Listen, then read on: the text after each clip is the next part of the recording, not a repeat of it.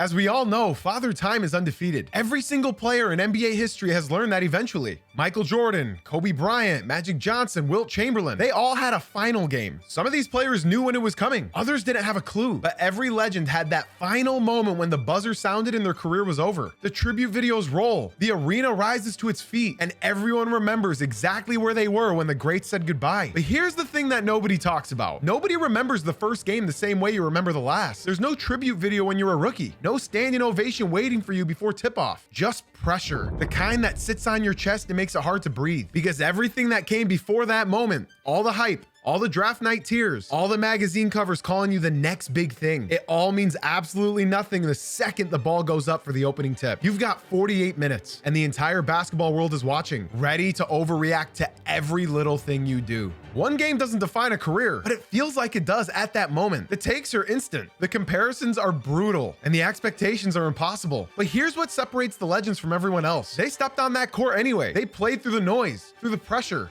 through the doubt. And years later, when we look back at those debuts, we're not watching busts or disappointments. We're watching the very first chapter of greatness, not as legends, but as rookies with everything to prove. And this story starts with one of the most dominant debuts the league has ever seen. The date was November 6, 1992. The Orlando Magic were about to introduce their future to the world, and the entire city of Orlando knew it. Shaquille O'Neal, the #1 overall pick in the 1992 NBA draft, 7'1", 300 pounds of pure power and athleticism. The hype around this kid wasn't just big, it was suffocating. He had dominated at LSU for 3 years, averaging over 20 points, 14 rebounds, and 5 blocks per game as a junior. He was named College Player of the Year. He was on the cover of Sports Illustrated before he even played a single NBA game. The comparisons to Wilt Chamberlain and Kareem Abdul-Jabbar were already being thrown around like they were casual observations instead of impossible expectations. Orlando had only existed as a franchise for 3 years. They'd never made the playoffs. They were sort of a punchline. A team that played in front of half-empty arenas and got destroyed on national television whenever the schedule makers felt like embarrassing them. They won the draft lottery in 1992, and when they called Shaq's name at the podium in Portland, the Magic weren't a joke anymore. They were now the team with the most physically dominant prospect the league had seen in decades. But here's the thing about hype like that. It's a weight. It sits on your shoulders every single day leading up to that first game. Shaq had spent the entire offseason doing interviews, signing endorsement deals, filming commercials, and hearing people say he was going to save a franchise that had never won anything. On November 6, 1992, the Miami Heat were coming into town for opening night, and Shaq had to prove that all of this hype was real. Tonight, the debut of perhaps the most heralded rookie in the NBA in quite some time. The Orlando arena was packed. Over 15,000 people showed up to see if this kid could actually live up to the hype. The game tipped off, and Shaq wasted absolutely no time. He was everywhere, catching lobs, bullying guys in the post, running the floor like a man twice as athletic as anyone his size had any right to be. Miami Heat center Rony Sakali was tasked with guarding him that night, and after that single game, the reporters asked him what it felt like guarding Shaq. All he did was shake his head and say, when he leaned on me, it was like a house was falling on top of me. Shaq finished the night with 12 points, 18 rebounds, and 3 blocks. The most rebounds in an NBA debut since Bill Walton in 1974. But the stat line doesn't tell you the full story. The real story was how he moved. He wasn't just fast for his size. He was faster than practically everybody on the court. O'Neal runs the floor, takes it all the way. He bullied grown men in the paint like they were children. The Heat had absolutely no answer for him. Nobody in the building had ever seen anything like this. I see 7-footer up. My goodness. The Magic won the game 110-100, and Shaq had just put the entire NBA on notice. This wasn't going to be a slow development process. This wasn't a kid who needed time to adjust. This was immediate, undeniable dominance. The media exploded after the game. Every headline was about Shaq. He became an instant sensation, not just in Orlando, but across the entire country. And the crazy part, game after game, Shaq was unstoppable. He averaged 23.5 points, 14 rebounds, and 3.5 blocks per game in his rookie season alone. And of course, he won Rookie of the Year unanimously. And if there was any doubt left about what kind of force this man was, he erased it twice that same season. Once against the Phoenix Suns, Shaq dunked so hard, he collapsed the entire hydraulic system holding the backboard up, folding the whole structure down to the floor. And then he did it again against the New Jersey Nets, bringing the backboard completely down, shot clock and all. In case you weren't sure why the NBA changed the hoops in the first place, it was because of Shaq. They had to redesign their equipment specifically because of one rookie. When they first made the change, they said they had to Shaq-proof the rims. The Magic also went from 21 wins the year before all the way up to 41 wins with Shaq leading the way. He made the All-Star team as a rookie. He also made the All-NBA third team. This guy wasn't just good. He was already one of the best centers in the league, and he'd only been playing professional basketball for a few months. But here's the thing about setting the bar that high on day one. Not everyone gets to do that. Not everyone gets to walk into their first NBA game and break the rim. Some players walk in and get absolutely destroyed, humiliated, laughed at. And for one European kid in 1999, his first game went so badly that people stopped calling him by his actual name. Before we even get to February 5th, 1999, you have to understand how Dirk Nowitzki got to Dallas in the first place. This kid was playing in Germany's second division league, practicing on a court that occasionally shut down so his teammates could go work on a farm. He wasn't a household name. He wasn't on magazine covers. He was a 19-year-old project from Würzburg who most people in America had never heard of. Then came the 1998 Nike Hoop Summit in San Antonio, a showcase game pitting the best American prospects against the best international talent. The US side had future NBA players everywhere you looked, and the international team had this tall, lanky German kid whose name the ESPN broadcast kept misspelling. Nobody knew who he was, and quite frankly, nobody cared. The NBA was an American sport, but by the end of that game, nobody could talk about anybody else. This guy's 6'11", going at full speed, and the guy's ready to take the charge and is able to avoid the charge and make a play out of it. Look at it. Dirk dropped 33 points and 14 rebounds, dominated the second half completely, and led the world team to an upset over Team USA. The Mavericks front office, who had literally been hiding Dirk in Donnie Nelson's basement to keep the other teams from working him out, knew exactly what they had. At number 9 in the 1998 draft, they traded to get him. Milwaukee drafted Dirk, but Dallas ended up with him, and that city had absolutely no idea what was about to come. The 1998-99 season didn't even start on time. There was a lockout that stretched into February, so Dirk spent months back in Germany training, waiting, and wondering if he was actually ready for this. He only had 1 week of training camp before the season started. 1 week to learn an entirely new system, an entirely new language of basketball slang, and an entirely new level of competition. So on February 5th, 1999, the Mavericks opened the season in Seattle against the Supersonics. Gary Payne was on that team, and it was a defense that made life miserable for rookies. Dirk was in the starting lineup, and the game went into overtime. In 16 minutes of play, Dirk shot 0 for 5 from the field, including a missed 3, and finished with just 2 points, both coming from the free throw line. The Mavericks lost, and the media had a field day. Nobody was kind about it. Sports radio, newspaper columns, the talking heads on TV. They didn't call him Dirk. They called him Dork. Dirk Nowitzki. They called him a joke, a waste of a draft pick, a skinny European who had no business being in the NBA. And Dirk himself admitted it years later that he was completely lost out there all season long. One decent game followed by one terrible game, back and forth for the entire season. And despite being in the starting lineup, he said he had no idea what he was doing out there. He finished his rookie season averaging 8 points, 3.5 rebounds, all across 47 games. The Mavericks won just 19 games total. Dirk looked exactly like the bust everyone said he was going to be. It's a totally different style of basketball over here. The pace is much higher. I'm still not used to it. So that summer, he went back to Germany, back to his mentor Holger, and he worked obsessively on every weakness and every hole in his game. The fadeaway, the footwork, the strength, all of it got rebuilt from the ground up. He came back the next year averaging 17.5 points and then just kept on going, getting better and better year after year. And as we all know, that single game meant absolutely nothing in Dirk's long, successful career. And that contrast, the guy everyone called a bust becoming one of the greatest Europeans to ever play the game, is what makes the next story so perfect. Because while Dirk's debut was a disaster that nobody saw coming, the next one was the complete opposite. A debut so entertaining, so immediate, so impossible to ignore that it left the entire league wondering where this kid had been hiding.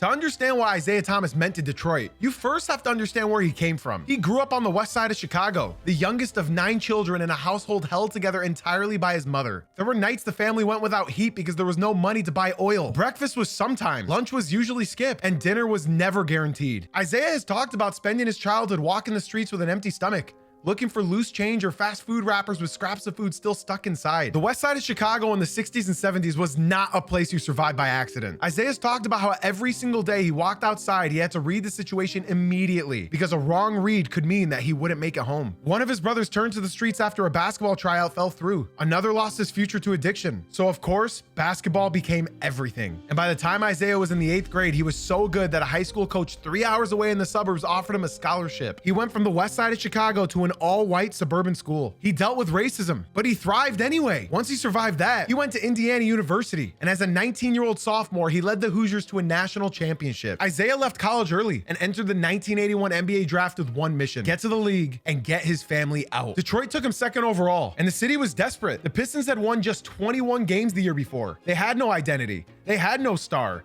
They had no reason for anyone to show up to the arena. They were handing this 20-year-old kid from the west side of Chicago the keys to an entire franchise and hoping that he could figure it out. The date was October 30th, 1981. The Detroit Pistons hosted the Milwaukee Bucks in Isiah Thomas's first NBA game. The Bucks were a legitimate team, a squad coming off of a deep playoff run with veterans who had no interest in babying a rookie, and nobody in that building had any idea what they were about to see. Isiah dropped 31 points and 11 assists. As a 20-year-old rookie, he became only the second player in NBA history to score 20 or more points and dish out 10 or more assists in their first NBA game, joining just Oscar Robertson in that category. The Pistons won 118-113, and in one single game, Isiah Thomas had completely rewritten what was possible for a 6'1" guard in this league. He went on to average 17 points and 8 assists in his rookie season, made the all-rookie team, and got invited to the All-Star game. The Pistons won 39 games, an 18-game improvement from just the season before, and everyone in Detroit knew they found their guy.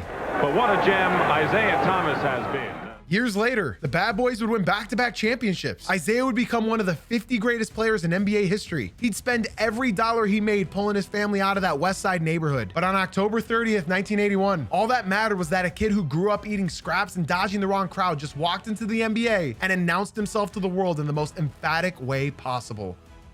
I gotta talk about something that has completely changed how I eat. I would meal prep by Sunday, burn out by Tuesday, and then end up grabbing whatever was easiest. And easiest was never something that actually helped me achieve my goals. So that's why I partnered with Factor, and I genuinely don't know what took me so long. Factor delivers fresh, never frozen, chef-crafted, dietitian-approved meals straight to your door. And they're ready in just 2 minutes. No cooking, no prep, and absolutely zero dishes to clean. And something I gotta let y'all know about, I was ordering Factor long before I partnered with them. I guess I just couldn't get enough of that grilled pork chop and butternut mash. That is absolutely my favorite meal. There are over 100 rotating weekly options. I'm talking full meals, salads, breakfasts, protein shakes, grain bowls, so you're literally never eating the same thing twice. There's something for everyone. Head to factor75.com or click the link down below and use my code JZUnCutFB50 to get 50% off your first Factor box plus free breakfast for 1 year. Again, that's code JZUnCutFB50 at factor75.com. Major thanks to Factor for sponsoring today's video. Let's get back to it.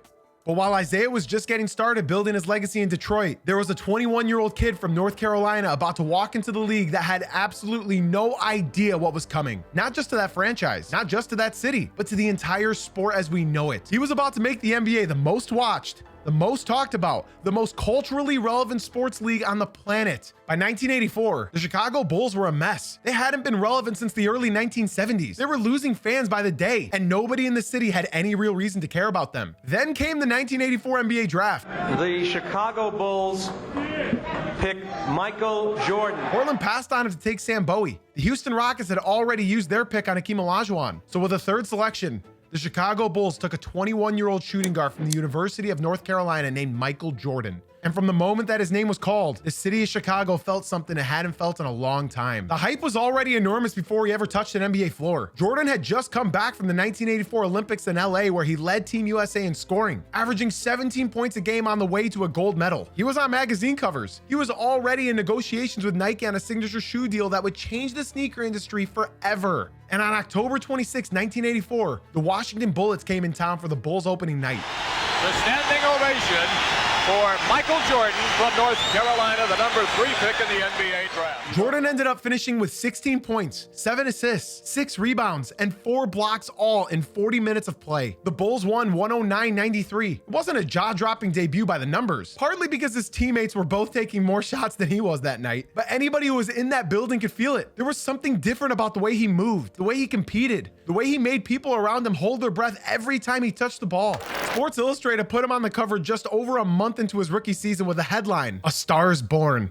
They weren't wrong. Jordan went on to average 28 points, 6.5 rebounds, 6 assists, and 2.5 steals per game that rookie season, all while shooting 51.5% from the field. He won Rookie of the Year in a landslide, dragged the 38-44 Bulls team into the playoffs, and made it absolutely clear to everyone watching that the NBA had a new problem on its hands. Nobody knew yet just how deep that problem went. They didn't know about the 6 championships, the 6 finals MVP awards, not a single finals loss in his career. They didn't know that he would retire in his prime to go play baseball, come back, retire again, come back again, and still somehow pick up right where he left off each time, like the game had just been waiting for him to return. They didn't know he would single-handedly turn the Nike brand into a global empire, that his shoe line would eventually become his own billion-dollar business that still dominates today. They didn't know he would change the way the world watched basketball, that he would take a sport that was still finding its international footing and turn it into a global phenomenon that kids on every continent would grow up obsessing over. They didn't know any of that on October 26, 1984. All they knew was that something felt different about this kid, and they were right in a way that none of them could have possibly imagined. Isiah Thomas was watching all of it, knowing that sooner or later, their paths were going to cross in a way neither of them could ever forget. I don't think he wanted on the team. But that rivalry was years away. A new name was about to enter the conversation, and the weight of expectation that came with his next debut made everything we've talked about look like a warm-up act. Every player we've covered so far dealt with pressure in some form, but pressure is a relative thing. What this next kid faced wasn't pressure in the way any of them had ever experienced. It was something heavier, something more suffocating, something that started before he was even old enough to vote. The comparisons to Jordan were already being made when he was in high school. His games were being nationally televised as a teenager. By the time draft night came, the entire basketball world had already written the ending to his story before the first chapter had even started. And with that came a standard so impossibly high that even the media couldn't help but acknowledge it out loud. If you're not eventually a first-rank Hall of Famer, a lot of people will say you were a bust or overhyped.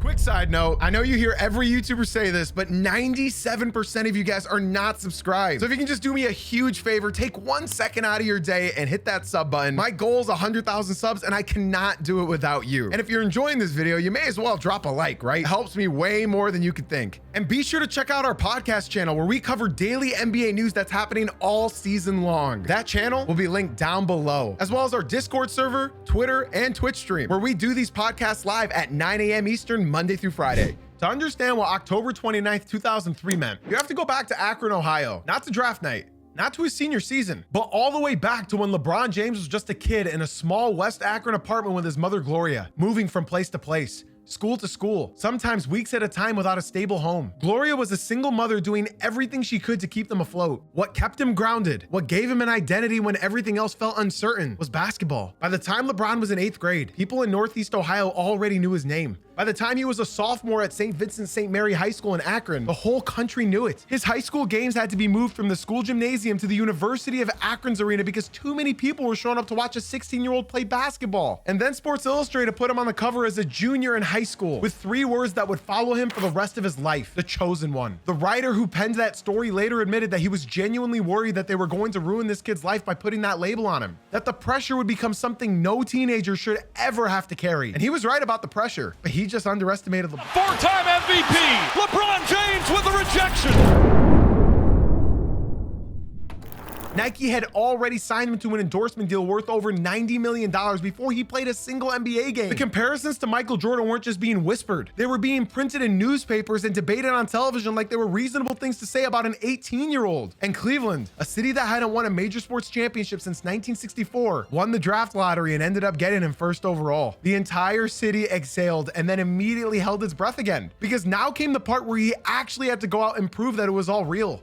The Cleveland Cavaliers had gone 17-65 the season before LeBron arrived. They hadn't made the playoffs in 5 years. They had the worst record in the league and the worst attendance in the league. And they had gone through 2 head coaches in a single season. This was one of the most broken franchises in professional sports. And yet when the camera showed up that summer to ask his new teammates about the kid coming to save them, what they said was absolutely stunning. We have better players than him in his position already on our team, bro. I don't think you can really just bring a high school player in. A team that hadn't won anything in years. Talking about a teenager like he was lucky to be there. And LeBron knew it. He later said the biggest hostility he faced as a rookie didn't come from opposing players. It came from his own locker room. His own coach admitted that some of those veterans let their egos get in the way, that they wouldn't embrace what was happening right in front of them. And LeBron had to carry all of that. The city's desperation, the media's impossible expectations, his own teammates' resentment, all into his very first NBA game. There is the man of the hour in probably the most anticipated debut of any first-year athlete in any sport. The date was October 29th, 2003. The Cleveland Cavaliers were on the road in Sacramento against the Kings. ESPN was broadcasting this game nationally. And when the earlier game ran into overtime, they actually delayed the tip-off for this game so the television audience wouldn't miss a single second of LeBron's debut. They rescheduled an NBA game start time because the world needed to see this 18-year-old kid's first professional game in its entirety. And well, when LeBron came out in the first 12 minutes of the game, he scored 12 points, had 3 assists, and 3 steals. By halftime, it was clear to everyone in the building that what they were watching was something completely different. He finished the game with 25 points, 9 assists, 6 rebounds, and 4 steals in 42 minutes, shooting 12 for 20 from the field. Every single one of those numbers led all the players on both teams. He even led the Cavaliers back from a 19-point deficit in the fourth quarter to briefly take the lead, all before Sacramento's experience and depth eventually pulled away for a 106-92 win. After the game, the Cavaliers lost that night, but nobody talked about the loss. The only thing anyone talked about was that 18-year-old kid who looked like he'd been playing in the league for years. LeBron went on to average 21 points, 6 assists, and 5.5 rebounds his rookie season, won Rookie of the Year, and led the Cavaliers to 18 more wins than the season before. And that was just the beginning. What came after? The championships, the MVPs, the records, the legacy was everything Akron had been promised and then some. The kid who grew up without a stable home became the most complete player the game had ever seen, the chosen one.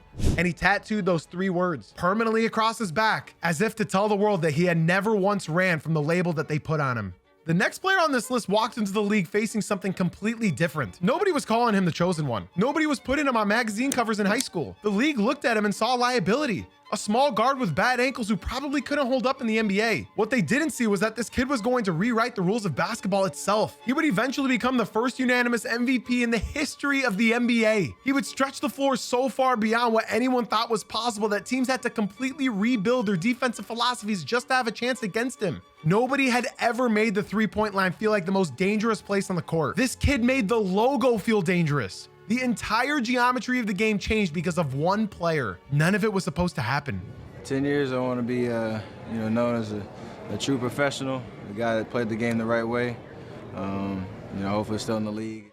Steph Curry grew up in Charlotte, North Carolina, the son of Del Curry, a sharpshooter who spent 16 seasons in the NBA. You'd think that pedigree alone would have scouts lining up. It didn't. The major programs didn't recruit him out of high school because he was just 5'9" as a junior. He grew and eventually landed at Davidson College, a small school nobody outside of North Carolina was paying much attention to. And then he made everyone pay attention. As a sophomore, he set the NCAA single season record for three-pointers made. As a junior, he led the entire country in scoring at 28.5 points per game. He took a mid-major program that had no business being in the Elite Eight and dragged them there anyway on the strength of one of the most electric scoring runs college basketball had seen in years. By the time the 2009 draft came around, every scout in the country had watched this kid. They all had the same questions. Was he big enough? Was he actually a point guard or just a scorer? Is he going to be strong enough against NBA defenders over the course of an 82-game schedule to get the ball in the operational area? And then there were the ankles. He'd already had issues with them in college. What happens when he gets to the league and the schedule goes up from 30 to 82 games? 6 picks came off the board before Golden State took him 7th. 6 teams looked at Steph Curry and decided to pass. The Clippers took Blake Griffin. Fine, that makes sense. The Grizzlies took Hasheem Thabeet. The Thunder took James Harden, and that one actually worked out. But then the Kings took Tyreek Evans. Minnesota drafted Ricky Rubio 5th and then Johnny Flynn 6th because apparently they needed 2 point guards more than they needed the best player in the draft. In one of the stranger footnotes in draft history, Del Curry actually called Minnesota and asked them not to take his son, hoping Steph would fall to the Knicks at 8th. They agreed, and then Golden State took him at 7th before New York even had a chance. And to top it all off, his teammate Monte Ellis didn't even want him there. He told reporters at a media session that he and Curry were too small to play together. This was the welcome that Steph Curry received into the NBA, a league that had passed on him 6 times. Then the debut came on October 28th, 2009 against the Houston Rockets, and Curry went out and put up 14 points, 7 assists, 4 steals on 7 for 12 shooting. The Warriors ended up losing 108 to 107 in a game that came down to the wire, but the margin of the loss wasn't the story. The story was that every doubt, every question, Every scout who looked at this kid from Davidson and wondered if he was too small, too slight. None of it looked right by the end of the game. He proved that he belonged. Because I don't know how good he can become. Can he become a star? He's certainly capable of it, it appears. The rookie season only confirmed this. He averaged 17.5 points, 6 assists. He even had 8 games of 30 or more points, the most 30-point performances of any rookie that year. He finished runner-up for Rookie of the Year behind Tyreek Evans, which tells you everything about how the league still saw him. Promising, but just not quite there yet. What followed was something nobody in that draft room could have predicted. 4 championships, the sole unanimous MVP award, the greatest shooter the game has ever seen, and a player so fun to watch that he changed how kids all over the world play basketball. What are they gonna say now? What are they gonna say now? But as much as Curry rewrote the rules of what a shooter could be, the next player in this story rewrote the rules of what a human being could even look like on a basketball court. The NBA had seen tall players before. It had seen scorers before. It had never seen anything like this. Nearly 7 feet tall with a wingspan that belonged on a different species, handles like a guard, footwork like a forward, and a shot so pure and so unguardable from so many spots on the floor that opposing coaches would draw up entire defensive schemes just to slow him down and watch him score anyway. There is a real argument, and it's not a short one, that he became the greatest scorer the game has ever seen, and it all started when he was 19 years old. Kevin Durant grew up right outside of Washington, D.C., raised by his mother and grandmother after his father left the family when he was still an infant. His grandmother used to tell him that his height was a blessing, not something to be embarrassed about. As a kid, he got teased for being tall and lanky. By the time he was in middle school, he was already 6 feet tall. The game became his identity early on, and he never stopped growing. Arriving at Montrose Christian standing around 6'8". He was already one of the best recruits in the country. He committed to Texas, played 1 year, averaged 26 points and 11 rebounds, and also became the first freshman in history to win the Naismith College Player of the Year award. 1 year of college. That was all anyone needed to see. And the 2007 draft had 2 players at the very top everyone agreed were in a different category. Greg Oden, a 7-foot center from Ohio State, went first overall to Portland. Then Seattle took Durant with a 2nd pick. At the time, a lot of people thought Portland got the better end of the deal. Oden was a traditional center, exactly what championship teams were supposed to be built around. Durant was something the league had never quite classified before. Not a center, not a power forward, not a wing in any conventional sense. Just this impossibly long, fluid scorer who can get a bucket from anywhere on the court in a way that made defenders look helpless. His debut came on Halloween night, October 31st, 2007, against the Denver Nuggets. 19 years old and already standing nearly 7 feet tall with a wingspan that made him look like he belonged on a different planet than everyone guarding him. He put up 18 points, 5 rebounds, 3 steals, and a loss. And the stats alone don't tell you what watching him actually felt like. There was a fluidity to the way he moved, a smoothness that players his size simply are not supposed to have. The league was filled with tall players, but tall and can move like this? This guy was from another dimension. His rookie season confirmed every bit of it. He averaged just over 20 points per game as a teenager, joining LeBron James and Carmelo Anthony as the only teams in the league history to average at least 20 points for an entire season. He also claimed Rookie of the Year. And 7 years later, standing at a podium accepting his first MVP award, he looked out at his mother in the audience and told her that she was the real MVP. The whole room lost it. Who am I kidding? The whole country lost it. You the real MVP. The scoring titles followed, 4 of them, along with an MVP and 2 championships. And through all of it, the argument never really went away, because with Durant, it never could. There's a legitimate case to be made that he became the greatest scorer the game has ever seen. And anyone who wants to have that conversation is going to find plenty of people willing to take that side seriously. And when you talk about scorers, it's easy to look at a kid who was nearly 7 feet tall just doing all of this on the court. So what happens when you shrink them? Yeah, that's right. What if somebody that was just barely 6 feet tall came into the NBA against all odds and was doing the same exact thing? In fact, some would call him the answer. Allen Iverson grew up in Hampton, Virginia, as the son of a 15-year-old single mother who was trying to hold everything together in a neighborhood that made it very hard to do that. The house they lived in sat above the city sewer line, and when it burst, the sewage would seep through the floor. 8 of his childhood friends were taken far too soon. The game wasn't just something he loved, it was the plan. Get out through sports, make it to the league, fix everything for the people that he came up with. And believe it or not, football was actually his first love. He was a quarterback at Bethel High School and led the team to the Virginia State Championship. And he was just as dominant on the basketball court, leading that team to a state title too, becoming the Associated Press Player of the Year in both sports in the same year. Nobody had seen an athlete like this in Hampton, and it wasn't even close. Then in February of 1993, Iverson was caught up in a racially charged brawl at a bowling alley and convicted of a felony as a 17-year-old. He was sentenced to 15 years and served 4 months before the governor of Virginia pardoned him. His high school athletic career was over. Most people in a situation like that could never come back from it. And that was true until Georgetown head coach John Thompson came in to see him anyway, offering him a scholarship and a hand, which is something he never had growing up. Allen Iverson ended up thriving there, averaging 23 points a game over 2 seasons, winning the Big East Defensive Player of the Year award for both years. After his sophomore season, with his family still struggling back home, he declared for the NBA draft. Jordan had stepped away after 3 championships, and the league was sitting with an enormous question about what came next. Who's going to fill that void?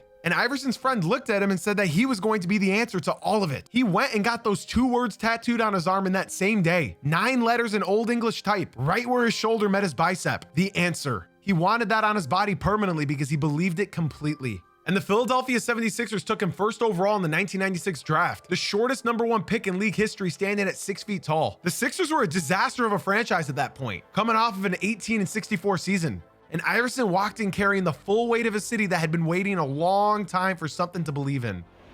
They just want me to come in and play my game, and I'm looking forward to it.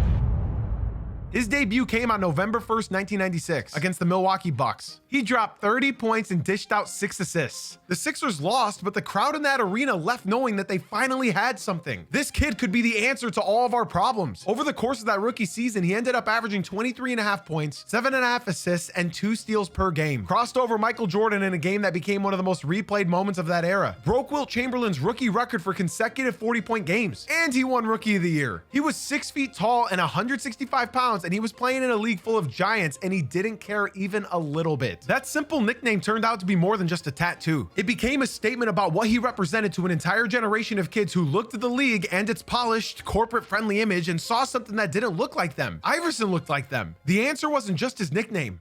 It became his whole story. A kid who played with an edge that came from having no other choice. But to understand how the NBA even got to that point, how it became the kind of league that could produce an Allen Iverson and put him on the biggest stage in the world, you have to go back to the man who arguably saved professional basketball in the first place. Before the shoe deals, before the global television contracts, before any of it, the league was struggling to find an audience. And then a 6'9" point guard from Michigan State showed up and single-handedly made the whole thing must-see television. He didn't play like a player his size was supposed to play. He didn't think like one either. He just saw the game differently than everyone else on the floor, passed it to places nobody could expect, and smiled the entire time like he was having the most fun of anyone in that building. And most nights, he probably was. Irvin Johnson grew up in Lansing, Michigan, the son of a General Motors factory worker who instilled in his kids the value of hard work before anything else. Basketball came naturally to him from the beginning, but what set him apart wasn't just talent. It was the way he saw the game. He could read a play developing before it developed. He could find teammates in spaces that hadn't even realized were open yet. His high school coach once said watching him run an offense was like watching someone conduct a symphony, except the conductor was also the best musician in the room. A local sports writer caught him at 15 years old, putting up 36 points, 16 rebounds, and 16 assists in a single high school game and gave him a nickname on the spot: Magic. His mother, who was a devout Christian, hated it, but it stuck anyway. Going up against Indiana State and a senior named Larry Bird in a matchup the entire country had been anticipating all season long. Michigan State won 75-64, and Magic was voted the most outstanding player of the Final Four. 2 years of college was all he needed. The Lakers took him first overall, and the city of Los Angeles had no idea what was about to happen to them. This man has a smile that lights up a television screen. His debut came on October 12th, 1979 against the San Diego Clippers, and it was a window into everything that was coming. He ended up scoring 26 points, and when Kareem Abdul-Jabbar hit a buzzer-beating hook shot to win the game 103-102, Skyhook up and... Magic sprinted around the entire court, giving everybody the most enthusiastic high five and bear hugs the Forum crowd had ever seen from a player who had just played his first ever game. People in the stands that night understood immediately that this guy was different. This was someone who genuinely, visibly loved every single second of it. His rookie season ended in one of the most remarkable individual performances in the history of the sport. Kareem went down with a sprained ankle in Game 5 of the NBA Finals. For Game 6, the Lakers started their 20-year-old rookie point guard at center. It's been a learning experience, but I enjoy challenges, and it's a challenge tonight to see what I can do. Magic played all 5 positions that night and finished with 42 points, 15 rebounds, and 7 assists, leading the Lakers to the championship and becoming the only rookie in league history to win Finals MVP. He was just 20 years old. What followed was one of the greatest careers the game has ever seen. 5 championships, the highest assist average in NBA history, and a rivalry with Larry Bird that single-handedly dragged professional basketball into a new era. The league owes him more than it can ever repay. And as we all know, every player in this video had years, sometimes decades, to prove that they belonged in conversations like this. This next one has only just begun, and normally that would disqualify someone from being mentioned alongside the names you've heard today. But there are moments in this sport where you watch something happening in real time and the only word that comes close to describing it is legendary. This is one of those moments. The resume isn't complete. The story is still being written, but what we're watching right now is something that doesn't come along in a generation, or 2 generations, or maybe ever. In fact, it doesn't even look like it came from the same planet. I'm talking extraterrestrial. I know this one's a little premature, but if you've watched this kid play, you already know exactly who we're talking about. Victor Wembanyama was born in the suburbs of Paris in 2004. Into a family that understood athleticism at a level most families never touch. His father was a track and field athlete who competed in the high jump and long jump. His mother was a former French national team basketball player who went on to coach the sport. His older sister plays basketball professionally. Athletics wasn't something this family did on weekends. It was the language they spoke at home. He started playing basketball at age 7, and by the time he was 9 years old, a youth coach from the Nanterre club showed up to watch a game and noticed a figure sitting on the bench who looked like one of the assistant coaches. Long limbs, absurd frame, unmistakable silhouette. He walked over to introduce himself and realized it was a 9-year-old child. He picked up the phone before he left the gym. Wembanyama was signed to the Nanterre youth system shortly after. At 15 years old, he made his professional debut in the French league. At 19, he came to Las Vegas for a pair of exhibition games against the G League Ignite, and those 2 games essentially broke the internet. He averaged 36.5 points, 7.5 rebounds, and 4.5 blocks across them. And every scout, every analyst, and every player who saw it in person or on a screen started using the same word: generational. LeBron James called him an alien. Kevin Durant said the league was in trouble. These are not men who throw that kind of language around carelessly. The San Antonio Spurs took him first overall in the 2023 draft, and his NBA debut came on October 5th, 2023 against the Dallas Mavericks. Foul trouble limited him for stretches, but he still finished with 15 points, 5 rebounds, 2 assists, 2 steals, and a block. And the numbers again are not the full story. Watching him move at 7 feet 4 inches with a wingspan of 8 feet, shooting threes off the dribble, swatting shots that looked unblockable, handling the ball in transition like a player a foot shorter. People in the building that night understood that what they were watching was something that the sport had never produced before. And of course, his rookie season ended with him winning Rookie of the Year, the most blocks per game in the NBA, and a level of performance that made the conversation about his ceiling feel almost uncomfortable to have out loud. Victor rolling to the bucket. Authority over Sengun. Count the basket and the foul. For the first time in my adult life, I got to witness a once-in-a-generation talent playing his debut. And I want to be very clear about something. This truthfully did not feel like a basketball game. It felt like an event, the kind of moment you remember exactly where you were when you watched it live. We said it at the start of the segment that including him was a little bit premature, but legendary isn't always something you wait to confirm. Sometimes you can see it coming from a mile away. And with Victor Wembanyama, you'd have to be blind not to. Every player we went through today had to start somewhere. Every legend, every icon, every name that kids grew up idolizing and whose moves we all tried to copy in our driveways had a first game. A moment where they walked onto an NBA court for the very first time and had to prove that everything people believed about them was real. Some of them delivered immediately. Some of them may have struggled. Some of them looked ordinary before they became extraordinary. But all of them showed up. And all of them eventually became something that the game had never seen before. But here's what I want you to take away from this video. Every player on this list was a rookie once. Every player was nervous once, or doubted once, or had a debut that didn't go the way that they hoped. The greatness didn't arrive fully formed. It was built through failure and pressure and the kind of relentless work that nobody sees but everybody eventually benefits from when we watch these players do things that seem impossible. The first game is just the beginning of the story. And the beautiful thing about basketball is that the story never really ends. The names change. The eras change, the game itself changes, but the feeling of watching someone do something on a court that you have never seen before, well, that feeling always stays the same. It stayed the same in 1979, it stayed the same in 1984, and it stayed the same in 2023 when a 7'4" kid from Paris walked onto an NBA court for the first time and made every scout, every analyst, and every fan watching think the same exact thing. We have never seen anything like this before. And long story short, we can't wait to see what comes next. Let me know if you want a part 2 to this video. And of course, if you did enjoy, be sure to leave a like, subscribe, hype this video up, and check out our podcast channel, Jay-Z Courtside, where we upload daily NBA content. Oh yeah, and you see those videos on the screen? Give one a watch. I think you'll love it. Thank you for watching, and I'll see you in the next one.